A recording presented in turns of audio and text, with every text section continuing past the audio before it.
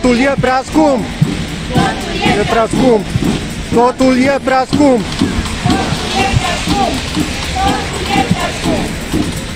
Cei care veniți la acțiunile noastre știți că asociarea acum este o mișcare pentru dreptate locativă. Am venit aici împreună cu camarazii și camaradele noastre de la Gastivists, de la Fridays for Future, de la Sindicatul Elevilor și Studenților Militanți și la Grupul de Acțiune Socialistă. Am ieșit în stradă pentru că ne revoltă cum s-a adăugat acum la criza veche a locuirii noua criză energetică. Clujul nu este scump de azi sau de ieri. De ani buni ne costă o avere să locuim în acest oraș devenit paradis imobiliar. Acum vedem cum sectorul privat beneficiază de pe urma faptului că statul a liberalizat prețurile la energie. Ei ne spun că așa funcționează economia de piață, că nu înțelegem noi cum funcționează economia de piață. Noi le spunem că ei nu înțeleg de ce asta nu este bine și de ce ne revoltă că banii furați din buzunarele noastre se regăsesc în profiturile companiilor, de la producători la furnizori, trecând prin mai multe firme, unele de transport de energie, altele financiare, care tranzacționează, de exemplu, gazul la bursa de valori. Scumpirea costurilor traiului este un fenomen care se întâmplă în întreaga lume. Totuși, dacă ne uităm pe harta Europei, vedem că România este printre țările unde prețul la gazul natural și curent electric a crescut cel mai mult. Pe de altă parte, România este, din păcate, și continuă să fie țara sărăciei și țara forței de muncă ieftine. Acum, cei care au venituri mici și cei care și până acum au trăit în sărăcie suferă și mai mult. Dar azi, această criză multiplă afectează și persoanele cu venituri medii. Unii ne spun că nu înțelegem noi că asta este capitalismul, că din când în când mai sunt crize economice, apoi urmează iar creșterea economică.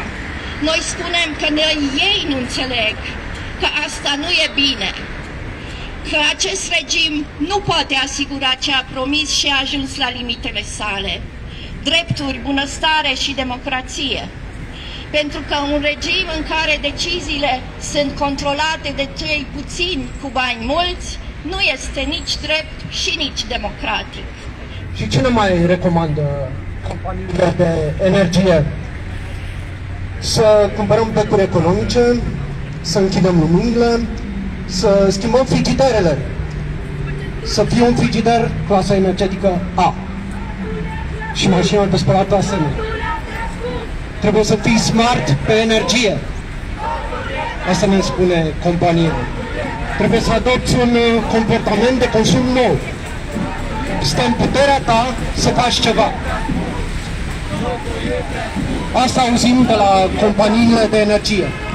Că e vina noastră pentru facturile mari, că e vina noastră pentru prețurile mari. Dar mai e ceva despre care nu prea vorbește nimeni critic.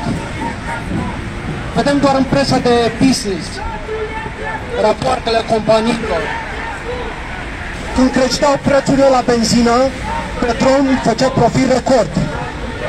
Pe primele 9 luni ale anului 2022, Petrom declara un profit de, țineți-vă bine, peste 9 miliarde de lei. De 5 ori mai mult decât anul trecut. Romgaz a făcut profit, deci încă o dată, vorbim de profit. Romgaz a făcut un profit de 3,2 miliarde de lei. Hidroelectrica, un profit de 3,5 miliarde de lei. Nuclear Electrica, un profit de 1,9 miliarde de lei. Rompetrol, rafinare, doar 1,5 miliarde de lei. Electrica, 553 de milioane, o creștere de, felicitări, 640% față de aceeași perioadă anul trecut. Și pe lângă acestea, sectorul bancar a depășit alte recorduri. În timp ce ratele la bănci cresc amețitor, la fel crește și profitul. Țineți-vă bine, încă o dată, sectorul bancar a produs un profit în primele 9 luni ale anului 2022 de 7,6 miliarde de lei. Un record absolut.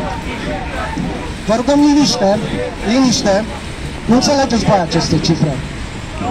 Nu înțelegeți ce probleme grave întâmpină aceste companii serioase. E tot foarte, foarte complicat. E mult stres și multă tensiune. Ne străduim să vă oferim libertatea alegerii. Ziceți mersi. Dar cine plătește toate aceste profituri? Noi, bineînțeles. Odată le plătim direct lor, a doua oară prin subvențiile de stat, a treia oară prin creșterile la produsele de bază, mai ales la alimente. E cel mai mare jaf din istorie.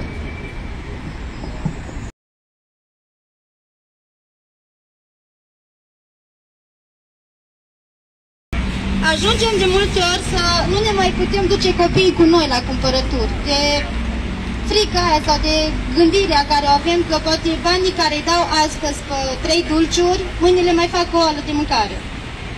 Atâta de scumpe au ajuns toate lucrurile. La electrica toată lumea spune că noi nu plătim curent. Ei, uite că am o factură de 4.900, dacă e nevoie pot să-și arăt. Până la urmă plătim și curent acolo și plătim mult, mai mult decât ne-am fi așteptat acum în ultimul timp. Totul e prea scump! Totul e prea scump! Totul e prea scump! Totul e prea scump! Totul e prea scump! Totul e prea scump! Totul e prea scump! Totul e prea scump! Totul e prea scump! Totul e prea scump! Totul e prea scump! O să-i transmiteți să-i miști, blocați pentru că nu putem să stăm foarte mult aici și oricum nu ne prea place electrica. Eu vreau doar să ne arunc o factură aici la gunoi. O să vă rog să continuați cu... a unui cetățean în sărăcie. Domnul Zampin, haideți să-i băiem mișcare, că blocați cu pietul. Nu mai putem. O să fiți atrați cu pietul. Și pasarea aici, trec cu... Nu vă înțelegeți, nu înțelegeți. Facturile la noi!